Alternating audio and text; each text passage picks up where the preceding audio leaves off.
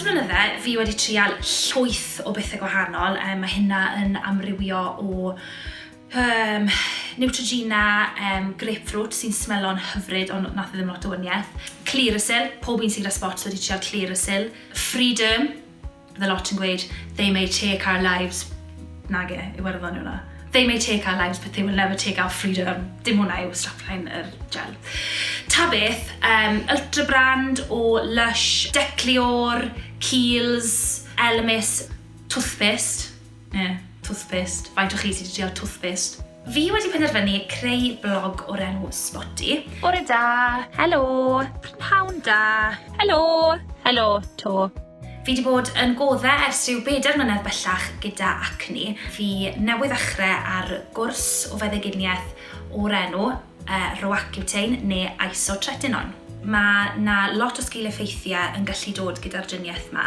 Mae'r hynna'n amrywio o colli gwallt, cro'n sych. Am yr amser fyddai ar y driniaeth fyddai yn methu cael plant, y liver function.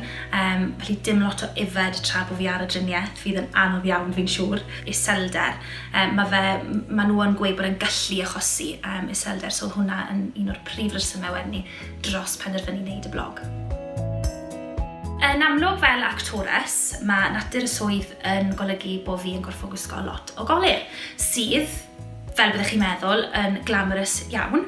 Dyw e ddim, achos yn amlwg chi'n gwisgo colir i guddio'r spots, ond wedyn ni achos bod chi'n gwisgo colir, mae fe'n achosi mwy o spots. So yn y pen draw, chi'n gwisgo mwy o golir to mwyn cuddio y mwy o spots sydd wedi dod achos bod chi'n gwisgo mwy o golir.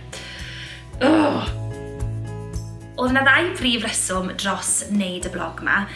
Un ohonyn nhw oedd y gobeith o cael chi i siarad yn agored beth i'ch cro'n chi, a hefyd o'n i'n meddwl bydde fe'n help i fi ymdopi gyda y sgil-effeithiau sydd yn gallu dod gyda y driniaeth yma. Byddwn ni yn hapus iawn os ych chi yn fodlon gadael comment o dan y fideo yma, cysylltu gyda fi ar yn vlog i, danfonwch fideos, danfonwch lluniau mewn, pidwch bod ofan, i fi wneud e, i chi'n gallu wneud e, sdim ots os mae spots dych chi, dyw e ddim yn ddiwedd y byd.